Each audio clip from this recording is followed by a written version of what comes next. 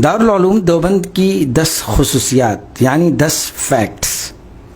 Number 1, Darul Uloom Deoband को एक freedom fighter ने कायम किया था।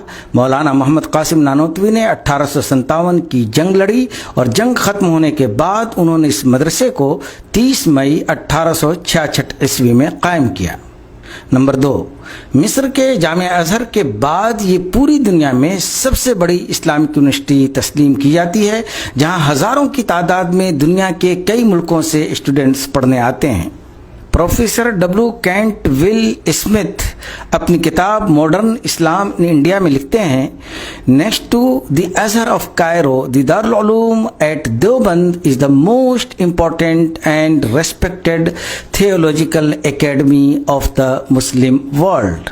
यानी काहिरा के जामिया अजहर के बाद देवबंद में दारुल उलूम देवबंद ही मुस्लिम दुनिया की सबसे अहम और काबिल एहतराम मजहबी एकेडमी है।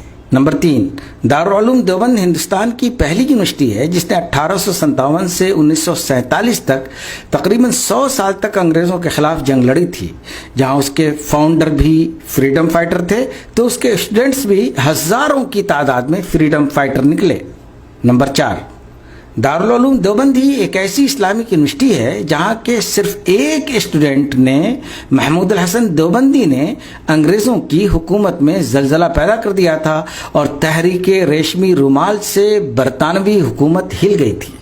नंबर 5, इस यूनिवर्सिटी में तालीम बिल्कुल मुफ्त दी जाती है, कोई फीस नहीं ली जाती, बल्कि खाना और रहने का भी कोई चार्ज नहीं लिया जाता।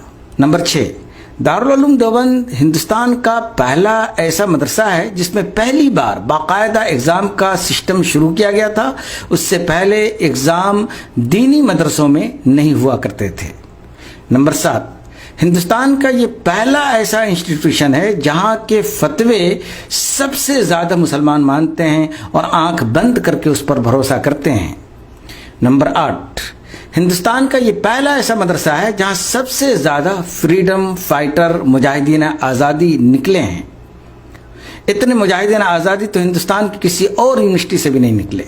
नंबर 9, हिंदुस्तान की ये पहली ऐसी इस्लामिक यूनिवर्सिटी है जिसने मुल्क के बंटवारे के खिलाफ खुद अपने ही कौम मुसलमानों के खिलाफ आवाज़ उठाई और मुल्क को डिवाइड होने से रोकने के लिए अपनी पूरी ताकत झोंक दी।